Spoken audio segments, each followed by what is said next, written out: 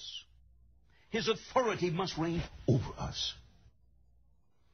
All right, if we really want God to shape us into something beautiful as our potter, then there's something else we're going to have to acknowledge, and it's this.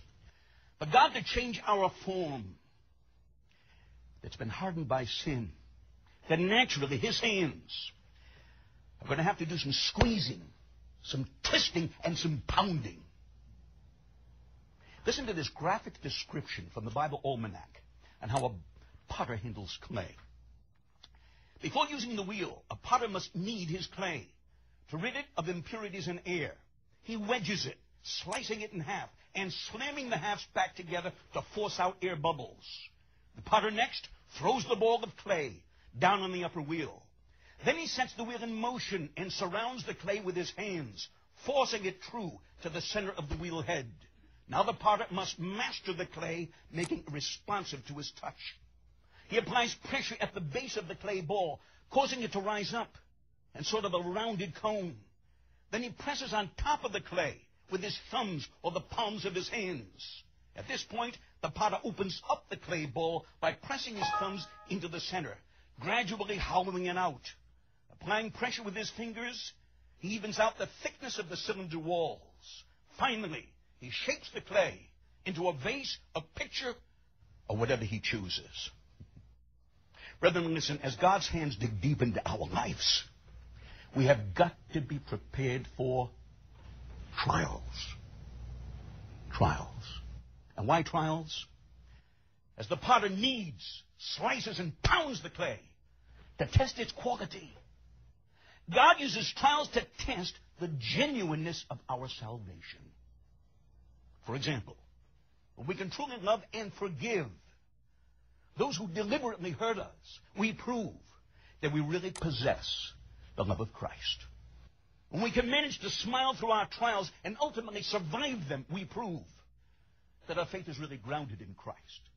When we overcome temptation, we prove how hard we're trying to be like Christ. It's true. Brethren, listen.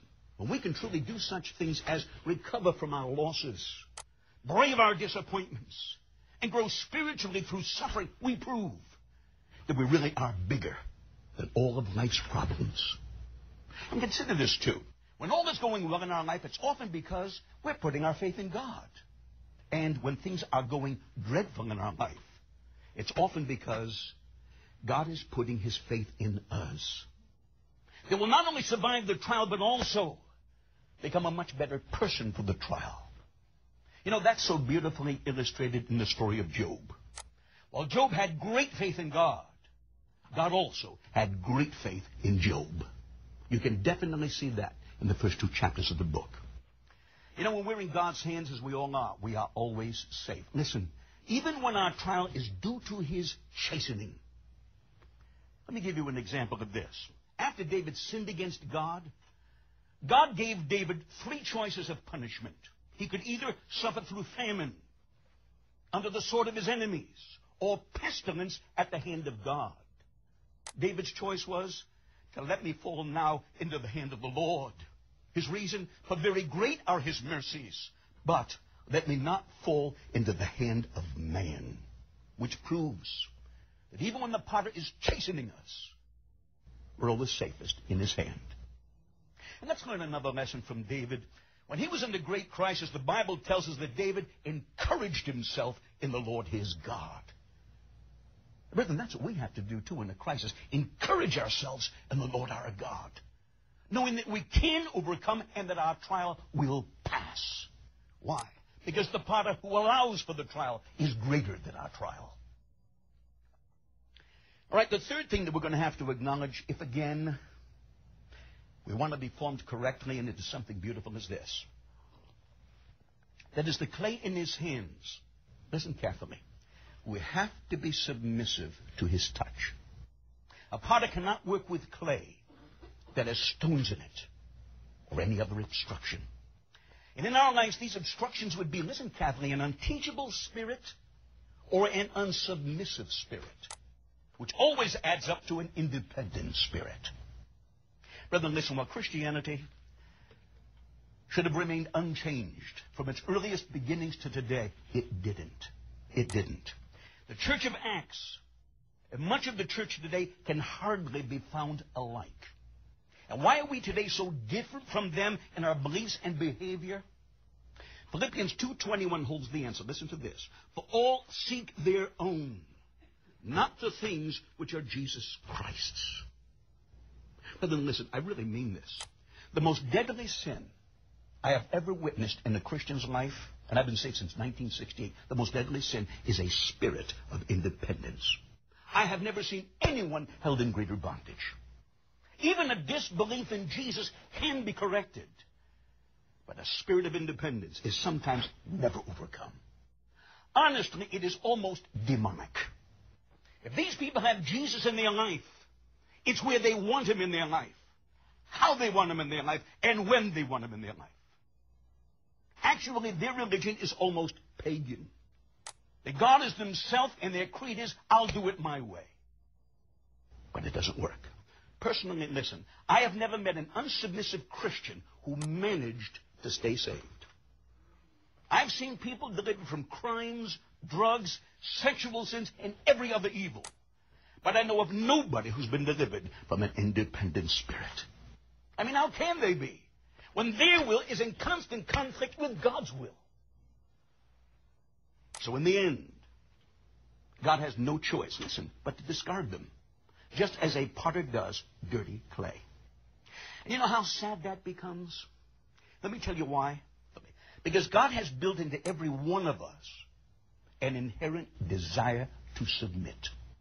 Though it often goes unnoticed due to sin, God gave us one.